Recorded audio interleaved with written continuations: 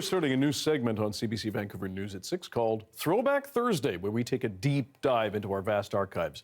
37 years ago, in October, Vancouver's Expo 86 came to an end, after which a huge auction was held where all things Expo were sold, from clothing to big animals. Have a look.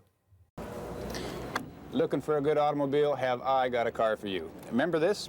It's the Filipino Jeepney. It was sitting in the Land Plaza at Expo. This vehicle, along with a lot of other stuff, goes on sale at the Dome starting tomorrow.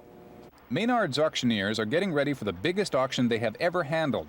Thousands of items are on the block. Office furniture, including Jim Pattison's desk, a carved Gitscan cedar door, golf carts, boats, cars, and trucks, including some customized beauties.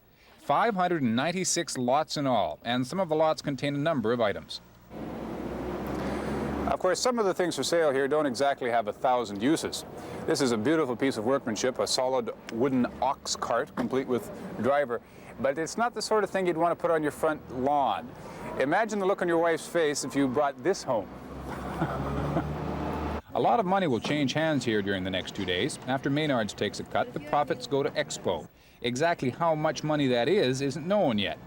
I think it's a little bit, premature for us to put a number to it. I mean, many things have just been added at the last minute, and we don't have an idea or haven't even estimated as to what the sales are going to be in the first couple of days. Not everything will be auctioned off. A lot of things will be sold at marked prices, and the prices aren't too bad. There are thousands of things on sale. Hats, for example, enough here to start a haberdashery. There are enough clothes here to start a clothing store, new and used, in every shape, size, and color. Need some plants? How about a bike, a poster, a stroller, some yard furniture perhaps, or even an Expo sign as a souvenir? There are exit signs, entrance signs, East Gate Station, West Gate Station, map signs of every description, all ready for Expo souvenir hunters to snap up.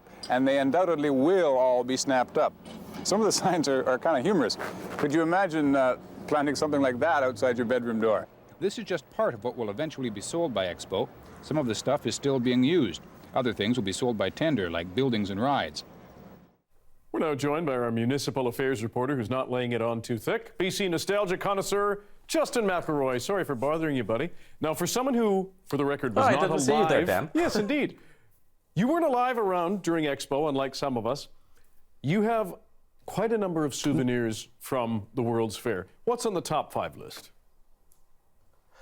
Well, there is so much stuff that was created along that time. Part of it was also because Vancouver was having its 100th anniversary as a city. So there were things developed in conjunction, like tote bags, as well as this pattern that was made that was turned into a shirt as well, celebrating the 100th. A lot of and ties, for example. But there was lots of stuff, of course, Expo specific. You have to talk about pins as well, of course, the famous logo and font there.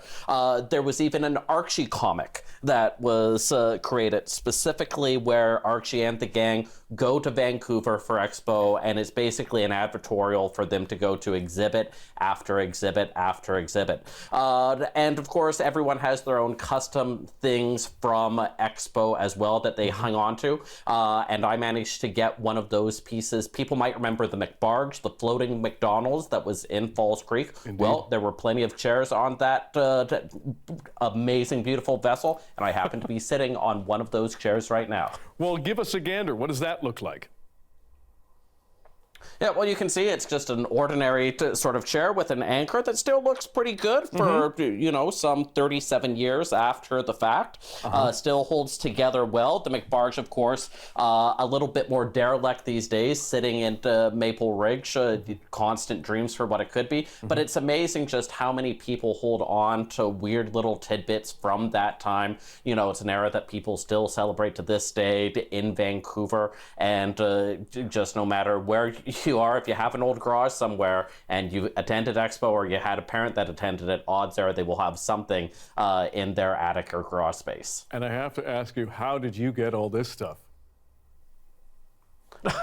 you know, like you said, I wasn't alive during Expo, but lots of people, because of my pin collection and just my enjoyment of nostalgia for British Columbia, often offer to give me stuff. And I have to say no to most of it, including some Expo Ernie things as well. But sometimes you have to say yes, especially when it's, say, a McBarge chair, a pin, or an Archie comic. No kidding.